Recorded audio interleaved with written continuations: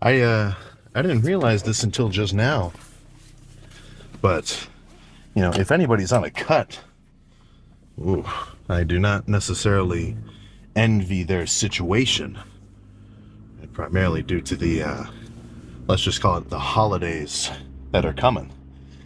I'd hate to have a fucking teeny little portion of mashed potatoes and some turkey on my plate for Thanksgiving dinner. Oof. But that's the grind, man. So if that's you, don't be a chump. Stick to your calorie deficit. So it's 4:33. The gym closes at 6. That's enough time for legs. That is enough time for legs. Especially because I'm kind of backing off on volume a little bit. Trying to trim off the, let's just call it the fat of the workout. Unnecessary fluff work. But yeah, let's just break down the hypothetical routine before we get in there. Hamstrings. I think, well, I don't know. I know I'm going to start off with laying hamstring curls. That's almost a guarantee. But I want to add some RDLs in as well. I think I've been slacking on RDLs because it gives you a totally different stretch on your hamstrings than standard hamstring curls will. I love hamstring curls. I would never want to do a hamstring workout without them. But I think I need to show RDLs the same love and affection. You don't want to play favorites with your children. So I think a couple sets of the laying hamstring curl, some cable RDLs. That'll probably be it. But again, I have to actually get in there and see how it feels. Maybe that laying hamstring curl feels like trash, and I'll just do the seated one. So once hamstrings are fully pumped, quads, I do kind of have a relatively set routine. It ends up being like 2-ish sets of leg extensions of, a couple varieties. Maybe really heavy, maybe lighter, and like hold it at the top and squeeze. Maybe some pause reps, maybe drop set, whatever. Just 2 hard sets of leg extensions. And then I'll go to the squat rack, get warm, do maybe 1 or 2 heavy sets of squats, ideally to failure. Dude, squats to failure are tricky. That's a tricky exercise to hit failure on. But we can talk about that later. And then I'll probably go back to the leg extension and just finish off the quad pump there. So pretty quick lift.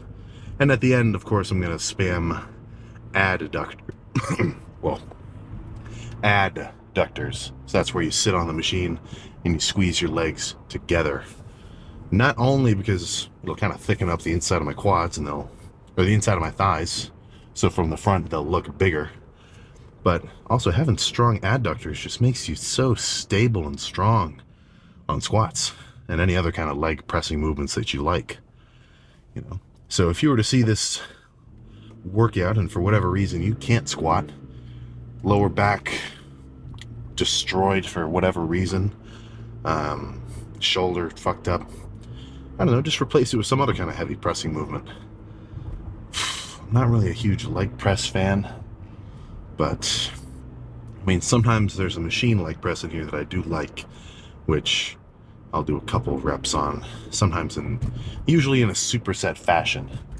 Like leg extensions, approaching failure, stand up, run over to that machine leg press, and then burn out there.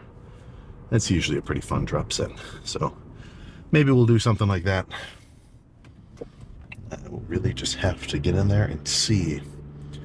But did cardio at about 11, got home, took a huge nap, and the majority of the carbs feeding this workout are sheets and donut holes, some Gatorade, and a bunch of rice packets.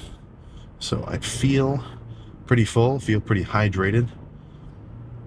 Now there's nothing left but to go in there, play, I don't know what I've been listening to. Well, kind of related. The quality of your music and how hype it gets you, that could affect the pump. So yeah, I guess this is sort of related. Discover Weekly on Spotify has not been, it's not been hitting me that well. Very unfortunate. I mean, maybe I'll get 1 or 2 tracks out of like that 20-track playlist that I like. I don't know, man. They got to work on that algorithm, implement some more AI to, feed me some more bangers. So maybe instead of actual songs, I'll just pull up some TikTok audios. Those will usually get me going pretty well too. But that's all I gotta freaking say. So apart from, making sure I go hard on every set, which is fucking obvious, I definitely want to make sure I go crazy on squats. If I did a set of squats and I re-racked it and I knew I had like 5 reps left in the tank, that would fucking upset me. That would probably make me think the whole leg day was kind of just meh, even if every other set was really hard. So I don't know if that's just a subjective thing in my brain or whatever, but there is a tangible difference between a lifter who can do actual squat sets to failure and who can't. So take a look in the mirror. Which one are you? I'm not here to pass judgment, I'm just saying. So let's just get started. Obviously